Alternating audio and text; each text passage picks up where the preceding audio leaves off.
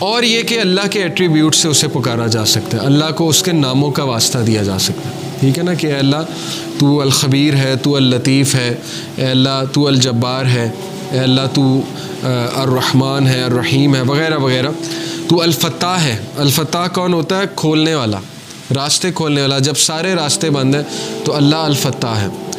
تو یہ ہے اصل میں دعا کرنے کا طریقہ اور دعا کرنے کا ادب. اور آخری جو انہوں نے بات کی ہے کہ اللہ سے، اللطیف سے دعا کریں، یہ نام لے کے کہ اللہ تو اللطیف ہے، تو میری تمام چیزیں جانتا ہے، تو میرے وہ بھی چیزیں جانتا ہے جن کو میں بھی نہیں جانتا.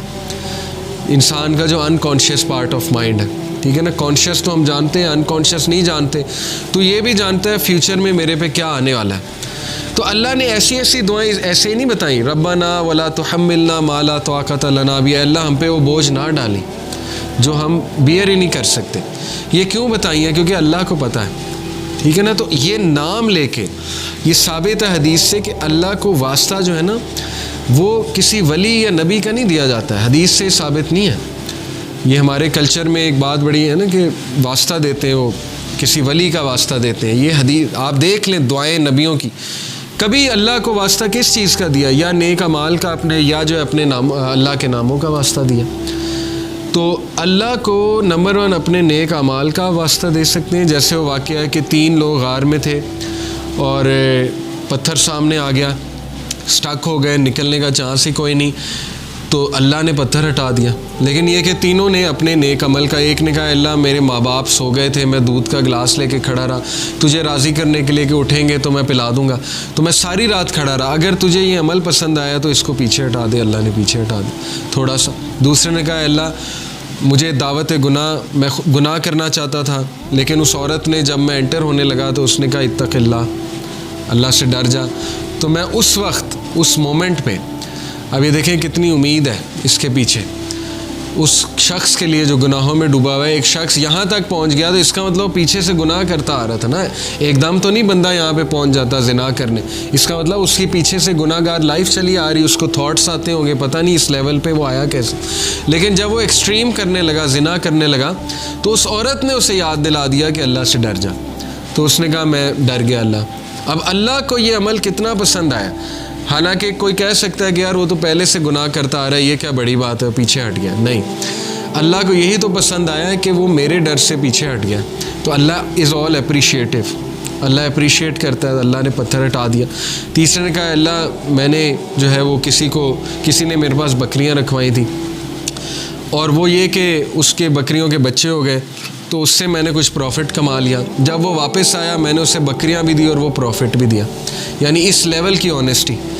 تو اللہ اگر تجھے یہ پسند آیا ہے، تیرے لیے کیا تھا اور تجھے راضی کرنے کے لیے، تو پتھر مکمل ہٹ گیا. تو یہاں سے ثابت ہوتا ہے کہ اپنا وہ عمل آپ نوٹ کریں جو آپ نے خالص اللہ کے لیے کیا ہے. اس سے یہ بھی ثابت ہوتا ہے کہ اچھا ہے کہ آپ نا ہر عمل پیور اللہ کی رضا کے لیے کیا کریں، کیونکہ مصیبتوں میں وہ چیز کام آئے گی. ٹھیک ہے نا، جب آپ پہ مشکل وقت آئیں گے تو آپ وہ کوٹ کر سکتے ہیں. اس میں کوئی پرائیڈ نہیں ہے کوٹ کرنے میں، بلکہ یہ تو اچھی بات ہے کہ اب آپ اپنا ہر عمل میک شور کریں گے کہ وہ اللہ کی رضا کے لیے ہو، خالصتاً میں اللہ کو راضی کرنے کے لیے کروں. ٹھیک ہے نا، تو اس کو ریوائز کرتے رہیں. بے شک وہ العزیز ہے اور بے شک وہ الحکیم ہے. اور ہم کیسے اب اس نام کو لے کر جی سکتے ہیں، یہ بہت اچھی انہوں نے نا پریکٹیکل ٹپس دی ہوئی ہیں. ایک تو یہ کہ اپنی لائف میں امپلیکیشن کیسے اللطیف کی دیکھیں گے. اگلا یہ ہے کہ how can you live by this name. تو نمبر 1، کیونکہ ظاہر ہے کہ ہمیں بھی اللہ تعالیٰ کے جو نام ہیں ان کو لیو بائی کرنا ہے.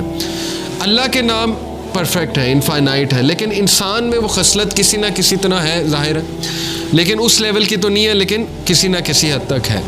Be gentle and kind to others. سب سے پہلی بات یہ ہے جو کہ اس سے سورہ ضحیٰ سے بھی ثابت ہو رہا ہے کہ اگر آپ نے خود غم سے باہر نکلنا نا تو اس کا سب سے میں آپ کو ایفیشینٹ طریقہ بتا دیتا ہوں، دوسروں کے غم میں ان کی ہیلپ کریں. آپ دیکھیں گے آپ اپنے غم سے باہر آ جائیں گے. جب آپ لوگوں کے غم آپ کے سامنے کھلیں گے نا، آپ اللہ کا شکر کریں گے کہ اللہ تعالیٰ نے آپ کو کتنی زیادہ نعمتیں دی ہوئی. تو اپنی نعمتوں پہ بھی انسان کو نظر رکھنی چاہیے. تو بہرحال be gentle and kind to others. دوسروں کی مدد کریں، ان کے ساتھ جینٹل ہو جائیں، ان کی بس ایسے جاتے جاتے مدد کر دی، انہیں پتہ بھی نہ لگا ان کی مدد کر دی. اللطیف تو وہ ہوتا ہے نا جو پتہ بھی نہیں لگنے دیتا ہے. تو اللہ کو راضی کرنے کے لیے کسی کی مدد کر دی جاتے جاتے، پتہ بھی نہ لگا، ٹھیک ہے نا. Reflect on your self and your surroundings. For example, radio waves, they can't be seen, but they bring about much benefit for us. The subtle air which is not heavy to breathe, the change of the seasons, ripening fruits, the day flowering over into night.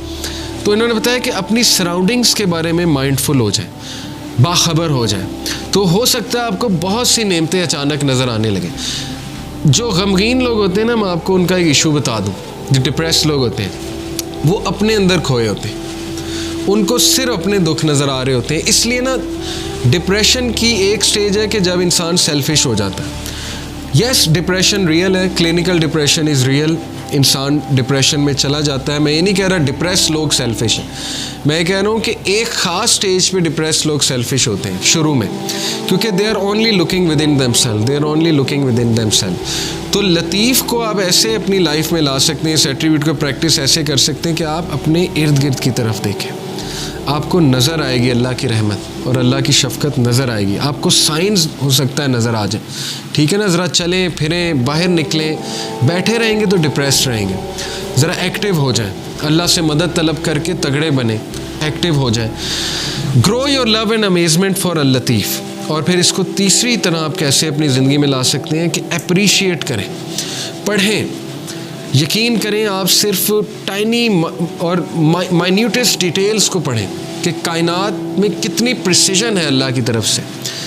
یعنی ایک ایک centi metre, ایک ایک inch کے فاصلے سے اللہ تعالیٰ نے متعین کی ہوئی چیزیں. آپ صرف دیکھیں جوپیٹر جو ہے اس کی گریوٹی ہمارے ارتھ سے ایسٹیرائڈس کو ہٹا رہی ہے. یعنی دیکھ لیں اللہ تعالیٰ نے کتنی پریسائز کریشن ہے اللہ تعالیٰ کی. ہر پلانٹ کا مقصد ہے، ہر سٹار کا مقصد ہے. یہ بالکل اسی طرح جیسے کمپیوٹر کا مدر بورڈ آپ کھولیں تو تھاؤزنڈز آف اس میں مائکرو پروسیسرز لگے ہوئے، تھاؤزنڈز آف پارٹس ہیں. All are combining together to give you one process. ایک پروسیس وہ سارے کمبائن کر کے کرا رہے ہیں. تو انسان ورتھ لیس نہیں ہے. انسان کے لیے اللہ نے یہ دنیا جو ہے یہ رہنے کی جگہ بنائی ہے اور مسخر کی ہے. اس کی چیزیں میگنیٹک فیلڈ بنائی. Magnetic field, you should be thankful for magnetic field. Magnetic field نہ ہوتی تو یہاں دنیا میں ہم رہ ہی نہیں سکتے تھے، ٹھیک ہے نا. اوزون لیئر نہ ہوتی تو دنیا میں ہم رہ ہی نہیں سکتے. تو اس کو اپریشیٹ کریں اور اللہ سے محبت قائم کریں، ٹھیک ہے نا. دیکھیں آپ کو محبت کب ہوتی؟ ماں باپ سے. جب آپ ریئلائز کرتے ہیں کہ یار انہوں نے کتنا کچھ کیا ہے میرے لیے، تو آپ کی محبت قائم ہوتی ہے ماں باپ سے.